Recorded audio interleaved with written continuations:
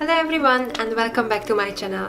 In today's video I'm going to be talking about veganism and I will be sharing with you my top 5 tips on how to easily become vegan. I personally feel that becoming vegan was very easy for me, and it was just a very smooth transition, and I think I managed to find all the right resources. There are certain challenges definitely, but in terms of longing for certain things, I felt that that transition was really easy and I didn't feel that I was giving up on anything. So yes, I will be just sharing with you my experience and what really helped me into transitioning to being vegan in a very easy and simple way. My first thing is to find your reason. So you really have to learn as much as you can about veganism, and this is something that helped me a lot. There are different reasons one can go vegan. It could be health reasons, it could be animal welfare reasons, it can be environmental reasons, and once you have the motivation, you need to learn more about the topics. So personally, I started watching documentaries and I watched Cowspiracy, What the Health and Vegucated. Cowspiracy is approaching this topic from environmental perspective. What the Health is approaching the plant-based diet from health aspects, and then Vegucated is focusing on the whole industry. It challenges 4 or 5 people to become vegan for a certain amount of time and starts to educate them and takes them on a journey and then checks back with them whether they are still eating meat or whether they made the switch.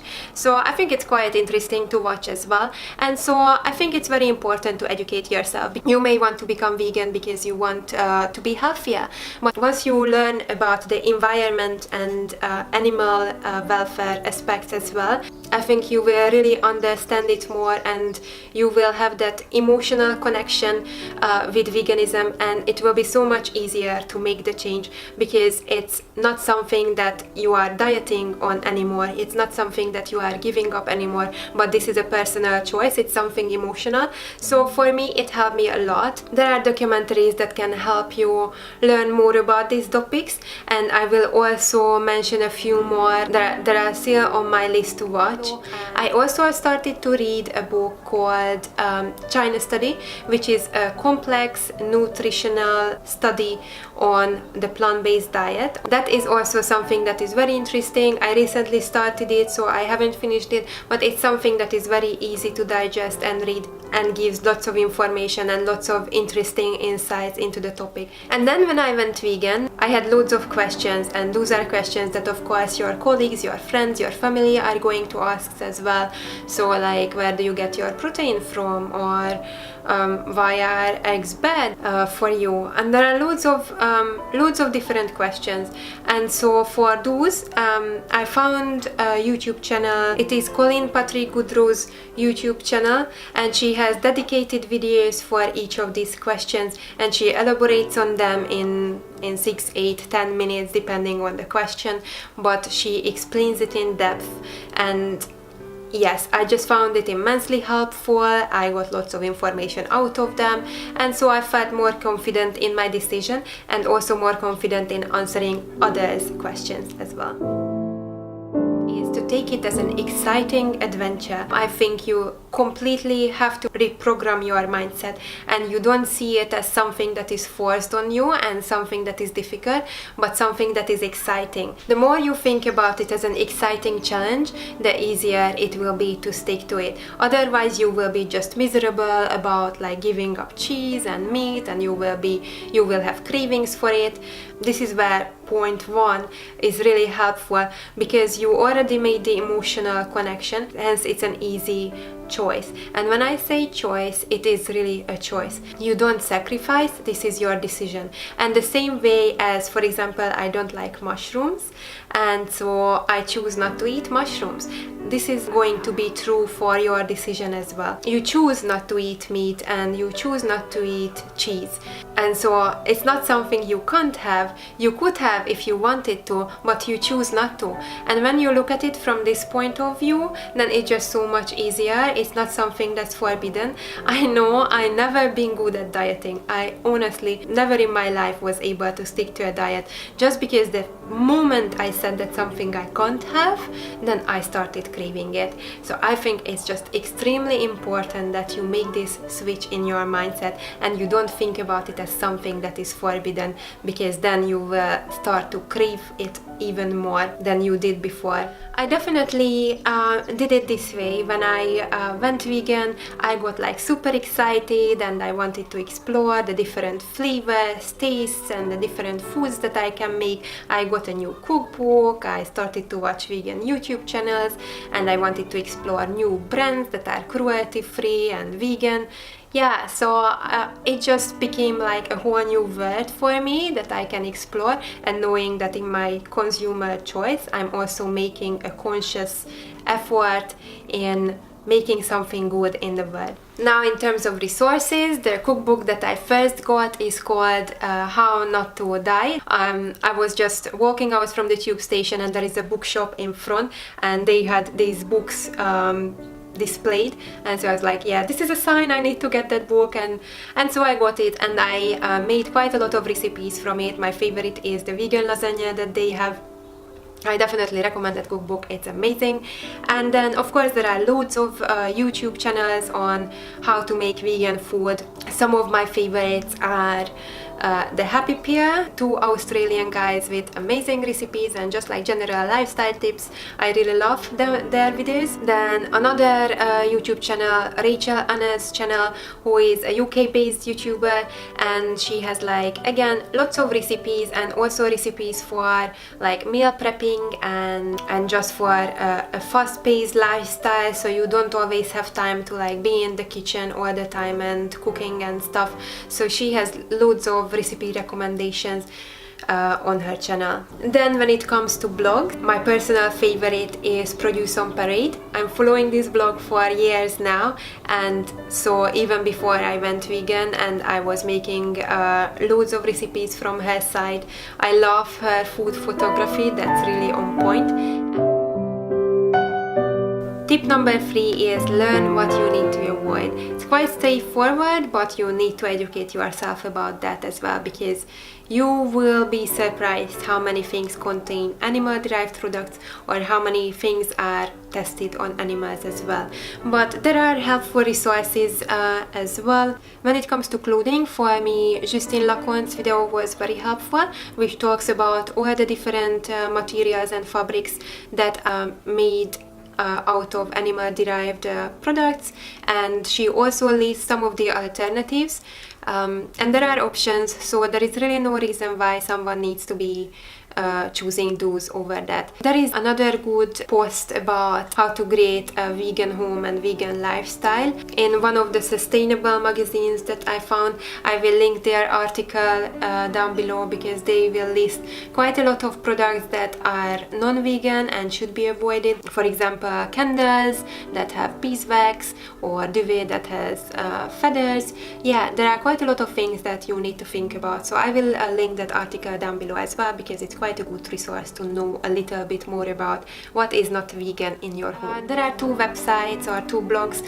Logical Harmony and Cruelty-Free Kitty, which will tell you about whether something is vegan or non-vegan. So they are really good go-to resources when you want to check on a product whether that's vegan or not vegan. And they also have lots of posts about what are the actual vegan products that you can use. So this video would be way too long if I wanted to go through what is not vegan in your home, in your wardrobe and so on. Hence I'm directing you to specific resources to check it yourself. But if you are interested in, I'm happy to make specific videos on all of these topics. For example, I was thinking to make like a video on vegan perfumes or vegan cleaning products and like specific topics. If you are interested, do let me know in the comment box below, and also let me know specific topic that you would like me to elaborate on. The 4th point is decide on your approach, how you are going to make the transition. You potentially have things in your home and in your wardrobe that are non-vegan. So no one is telling you that you have to get rid of it, but this is something that I found quite difficult because I had like my favorite jumpers or my favorite shoes which are out of leather, and I didn't think much about them and I love them, but now I feel a little bit like, oh, that's quite gross to wear. But so I sort of felt conflicted. So there are a few options that you can do.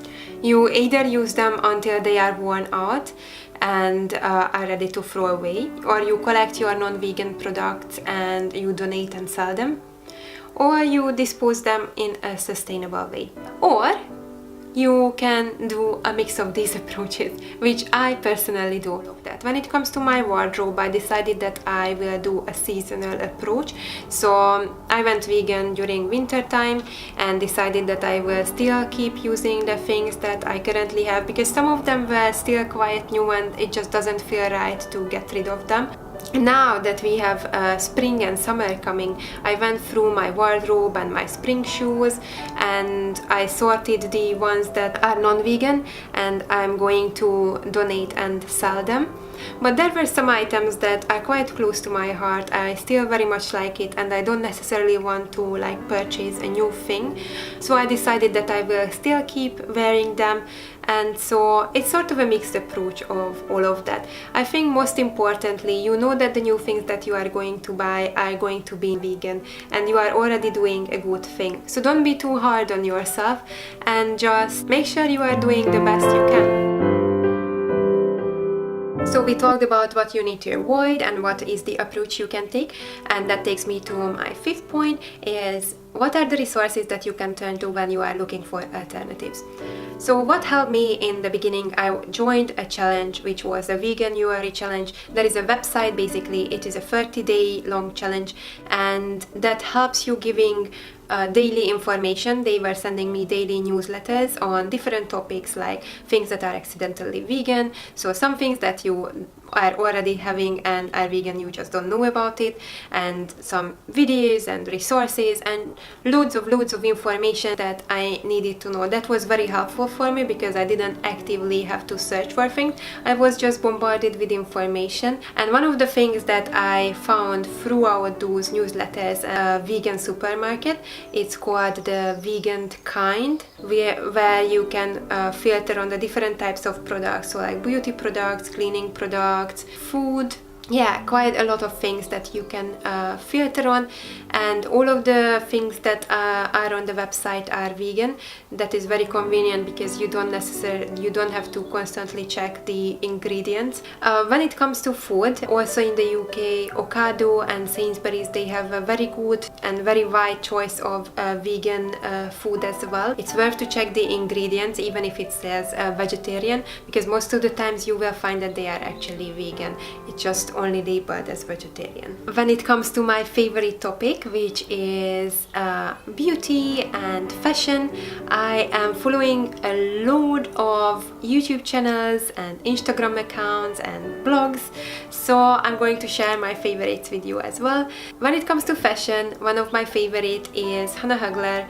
She is, yeah, I think she is my favorite. She has beautiful style, she has really good taste, and does some on her YouTube channel, covers quite a lot of like beauty product reviews, and she is just a super lovely lady. I think she was really one of the first ones that I discovered when I went vegan, and so I think hence I feel quite close to her and to her work. And then she is part of the Vegan View. She and 3 of her friends are doing a talk show covering different vegan topics, which I find very interesting. Sometimes they do taste tests, but sometimes they are talking about more serious topics that are related to veganism. Marta Canga is another vegan YouTuber.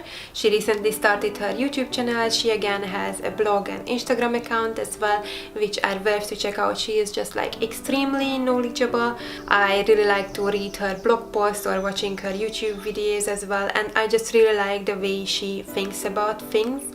Bonny Rebecca is another personal favorite. Her videos are mainly vlog type videos and just very enjoyable to watch. She is like super funny. And there are a few people that I'm going to mention from Instagram. Maike Fuerstenberg, I'm not sure if I pronounce her name well. She is from Germany and I love her Instagram account, and she has a great sense of fashion as well. Tedi Sarah is another favorite of mine, especially that she is fostering dogs. Her current foster I'm completely in love with, and she is also recommending different products, vegan clothing. She recently started her YouTube channel as well, so I'm very happy about that because I would like to see more of her. These were all of my tips, and I would like to hear what were the tips or what were the strategies that helped you going vegan. I would love to know it, so please leave a comment in the comment box below. Hope this was helpful for you. I love watching videos on vegan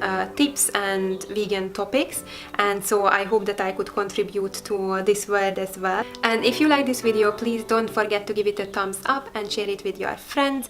And if you are interested in future videos, don't forget to subscribe to my channel and also hit the bell button to be notified of future videos. Thank you so much for taking the time to watch this video, and hopefully I will see you in the next one. Bye my love.